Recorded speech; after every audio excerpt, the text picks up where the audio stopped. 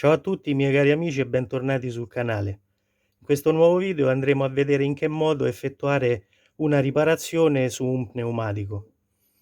Con questo kit acquistabile con pochi euro, formato da un utensile per ripulire il buco da eventuali tracce di sporco e prepararlo per l'introduzione della striscia adesiva, un altro utensile appunto per infilare la striscia nel buco, un tubetto di colla per gomma da cospargere sulla striscia. Come prima cosa andremo a prendere una di queste strisce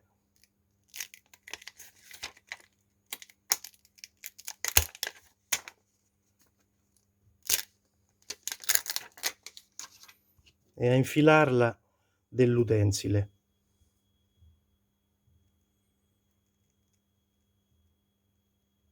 In questo modo, alla metà precisa.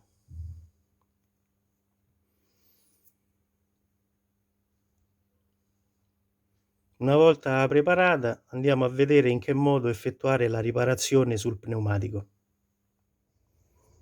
Una volta individuato il punto del foro sul pneumatico, in questo caso una vite, mentre in altri casi potrebbe non essere visibile, quindi con dell'acqua saponata si va a individuare il punto. Estraggo la vite con una tenaglia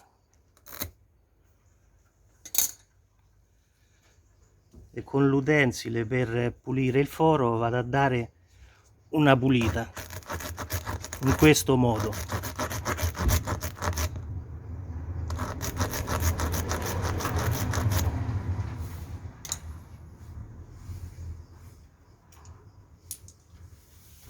Con la striscia per la riparazione già preparata sull'utensile per l'introduzione andremo a cospargerla con della colla per gomma.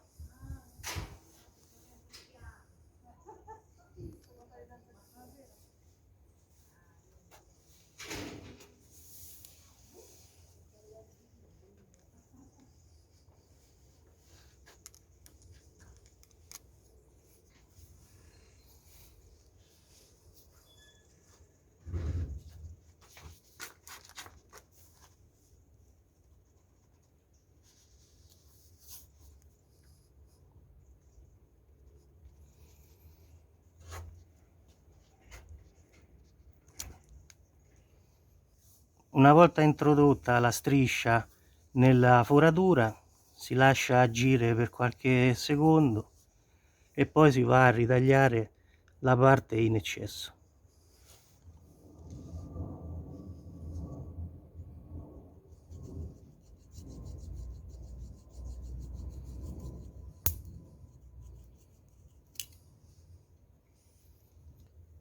Se avete trovato il video utile e di vostro interesse, lasciate un like e un commento qui sotto, iscrivetevi al canale se non lo avete ancora fatto e un saluto da Frank. Ciao e alla prossima.